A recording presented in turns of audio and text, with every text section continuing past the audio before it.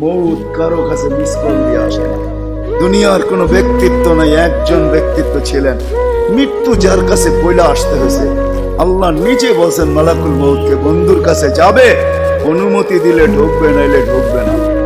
অনুমতি নিয়ে বুকে হাত রাখবে, নাইলে রাখবে না।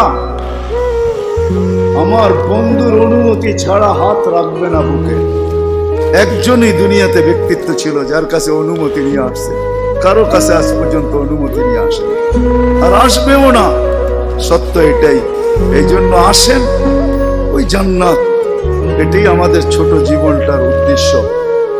এই জন্যই আল্লাহ ডেলি ডাকে, 5 বেলা ডাকে, গ্যারান্টি দিয়া ডাকে, সিল লাগা ডাকে। ইদা সালুহা সালুহা সাইরুল আমাল। 5 ওয়াক্ত নামাজ যদি উম্মত কমপ্লিট করে দেখাইতে পারে, তো আল্লাহ আমাদের নবীজির সাথে